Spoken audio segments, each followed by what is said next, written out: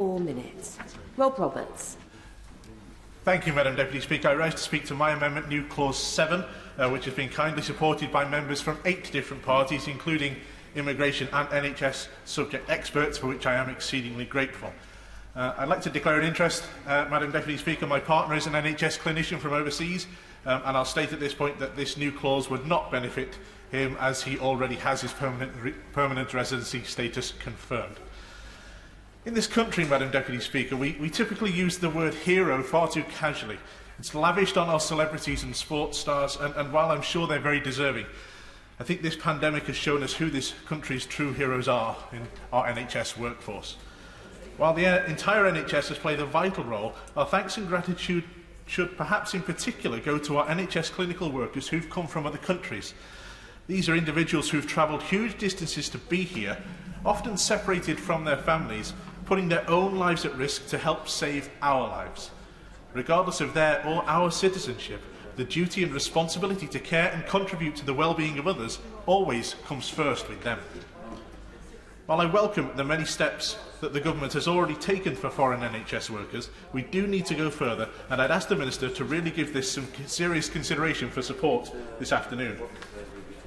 With fees for indefinite leave to remain at almost £2,400, citizenship applications another £1,330, the total cost of naturalisation is almost £4,000, one of the highest fees of its type in the world, and that's after a minimum of 5 years, in which there will also be an initial visa cost, another high fee every 3rd anniversary to renew. The process of becoming a citizen for our NHS workers is a costly and challenging one. We'll take an example of the case of Carrie, a real-life case but using a different name here. Carrie moved to the UK in 2016, leaving behind a husband and 4-year-old child back in South Asia. It took another year for her to bring her husband and daughter to join her because of the costs involved in dependence visas. They could only get to be together as a family once more by taking a loan which she has to pay for over 3 years.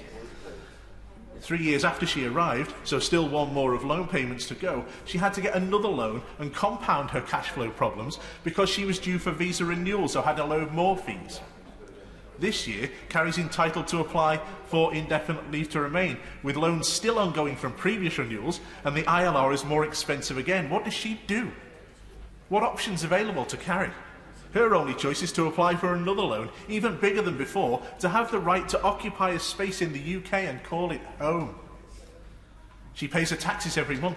She's done so for 5 years. Oh, by the way, she's an ICU nurse. She spends the past 5 years saving lives, especially the past 18 months. She shouldn't be in debt. We should be in her debt.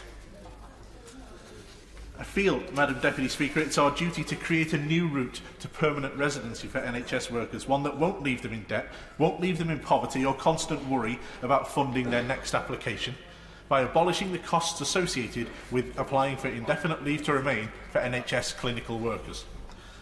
I'm proud that our NHS attracts such global talent and recruits from all over the world, and frankly, we wouldn't be able to run it without them. As of last year, over 160,000 NHS staff stated that they were a non-British nationality from over 200 different countries.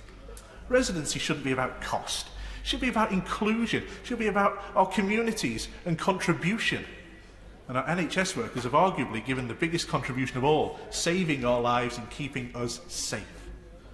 Despite being such valued members of the communities in which they live and work, without ILR and citizenship, they can't be fully part of them.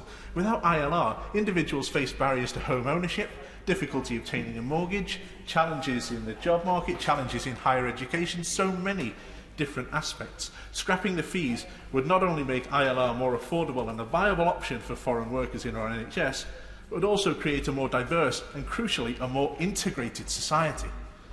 And why is that important? Well, a few weeks ago, Madam Deputy Speaker, I had a message from my partner, distressed at having met a new patient that morning and being asked, "I hope you're not from Myanmar."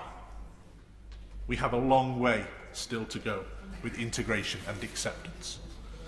People from other countries that have worked in our NHS during this pandemic and throughout their lives deserve to be able to call the UK home and actually feel like it is. It's time to abolish the fees for indefinite leave to remain for those that do clinical work in our NHS, so that those who spend time helping and treating us in our time of need can finally feel like they belong and are welcomed here with open arms. Stephen Malhotra, 4 minute time.